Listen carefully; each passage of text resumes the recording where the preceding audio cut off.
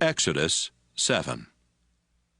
The Lord said, I am going to let your brother Aaron speak for you. He will tell your message to the king, just as a prophet speaks my message to the people. Tell Aaron everything I say to you, and he will order the king to let my people leave his country. But I will make the king so stubborn that he won't listen to you. He won't listen even when I do many terrible things to him and his nation. Then I will bring a final punishment on Egypt, and the king will let Israel's families and tribes go. When this happens, the Egyptians will know that I am the Lord. Moses and Aaron obeyed the Lord and spoke to the king. At the time, Moses was 80 years old and Aaron was 83.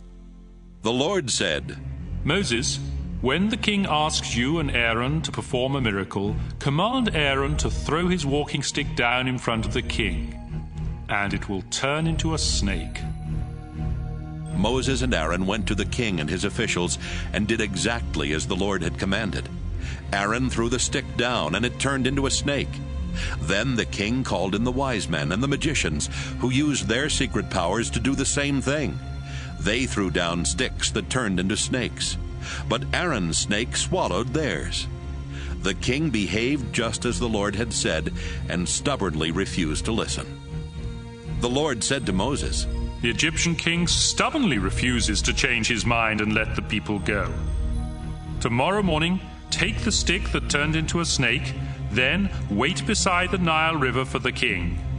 Tell him, The Lord God of the Hebrews sent me to order you to release his people so they can worship him in the desert. But until now you have paid no attention. The Lord is going to do something to show you that he really is the Lord. I will strike the Nile with this stick, and the water will turn into blood. The fish will die, the river will stink, and none of you Egyptians will be able to drink the water. Moses then commanded Aaron to hold his stick over the water, so that every drop of water in Egypt would turn into blood, including rivers, canals, ponds, and even the water in buckets and jars. Moses and Aaron obeyed the Lord. Aaron held out his stick, then struck the Nile as the king and his officials watched. The river turned into blood, the fish died, and the water smelled so bad that none of the Egyptians could drink it. Blood was everywhere in Egypt. But the Egyptian magicians used their secret powers to do the same thing. The king did just as the Lord had said. He stubbornly refused to listen. Then he went back to his palace and never gave it a second thought.